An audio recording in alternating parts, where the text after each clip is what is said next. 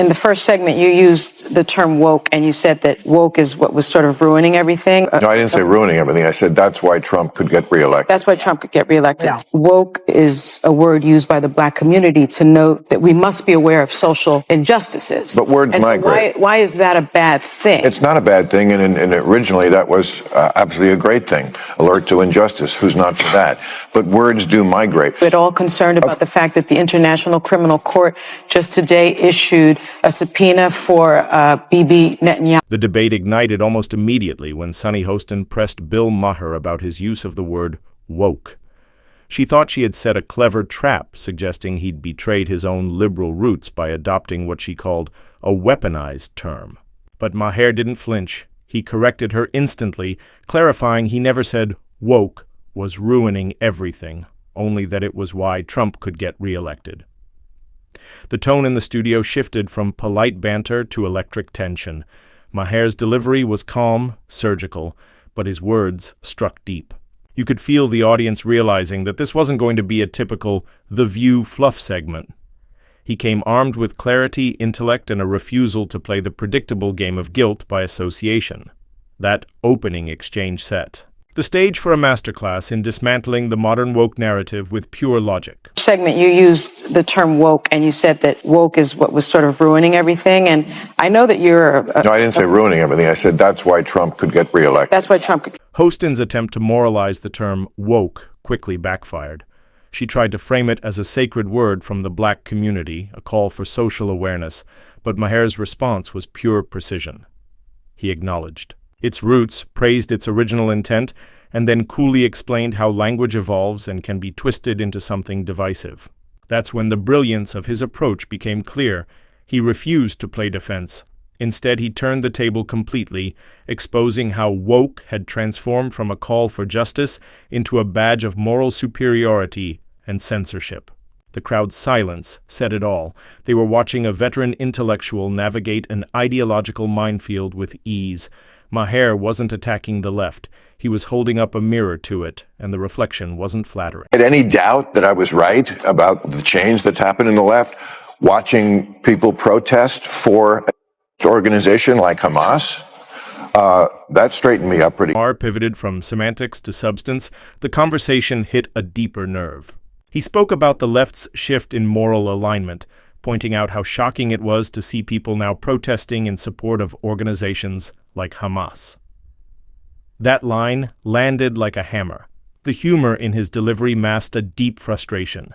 The ideological left, once defined by tolerance and logic, had wandered into moral confusion. Maher's words cut through the noise. He wasn't pandering to conservatives, he was reclaiming liberalism from the fringe. You could almost feel the discomfort from the panel as he calmly dismantled the illusion of moral purity that modern activism hides behind. It was the kind of statement that forces even allies to pause and ask themselves, what happened to reason?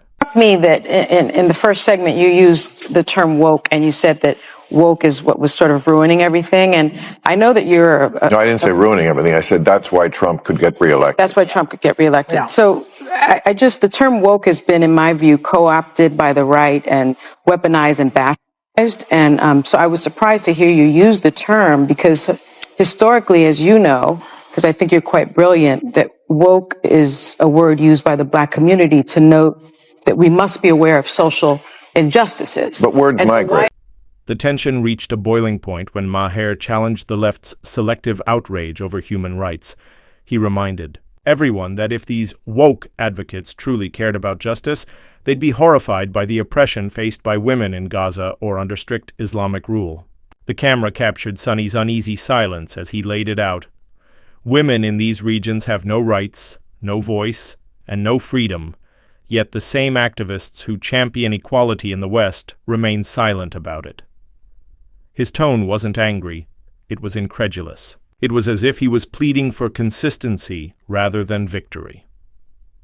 The audience began to clap, not out of partisanship, but relief. Someone was finally saying what everyone else tiptoed around. It was a brutal but necessary wake-up call. Bad thing, and originally that was absolutely a great thing. Alert to injustice. Who's not for that? But words do migrate. Now, I'll use any term you want. Okay. because maybe that is a word that's triggering, and so let's not use that word. I don't know. Want to call it the super. His critique of gender inequality struck even harder because it was grounded in reality, not rhetoric. He painted a vivid contrast: Israel, where women thrive in modern roles, versus places where they can't even speak freely. This wasn't a political dig, it was an appeal to logic. How could the same people who scream about patriarchy ignore genuine systemic oppression abroad? The irony was glaring, and Maher made sure no one missed it. His words cut through hypocrisy like a blade, forcing everyone, especially the woke commentators, to confront the cognitive dissonance of their moral stance. For a moment, The View transformed from daytime talk show into an ideological courtroom, with Maher as the unexpected prosecutor and the woke narrative itself on. But don't tell me that the left hasn't changed. I mean, I'm old enough to remember when it was the conservatives who hated the Jews. Yeah. Okay.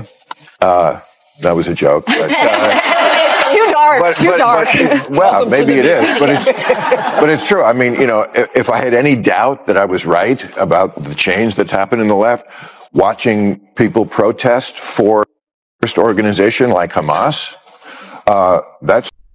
Sensing she was losing ground, Sunny Hostin shifted tactics. She pivoted from moral framing to emotional manipulation, bringing up civilian suffering and international investigations into Israel. It was a classic defensive move: change the subject, muddy the waters, and question the opponent's humanity. But Maher was 10 steps ahead. He called her out calmly, pointing out that Israel wasn't the aggressor, but the defender against a terrorist organization openly committed to genocide. His composure contrasted sharply with her flustered tone. This wasn't just a debate anymore. It was a clash between reason and rhetoric, between grounded realism and feel-good illusion. Maher's logic didn't just counter her argument. It exposed how shallow and reactive the woke moral compass had become. Bad guys. I mean, just morally. I mean, let me tell you, if you're for Hamas, just live in Gaza for a day. And I'm not talking about while the war is on. I mean, before the war. Trust me, you would go running and screaming and begging to live in Tel Aviv, a place that has. Then came the knockout moment. Maher dismantled the ceasefire argument with chilling clarity, asking how peace could exist when one side's mission was genocide. His voice was steady, deliberate, and brutally rational. The studio erupted in applause, not from conservatives, but from ordinary people tired of the doublespeak.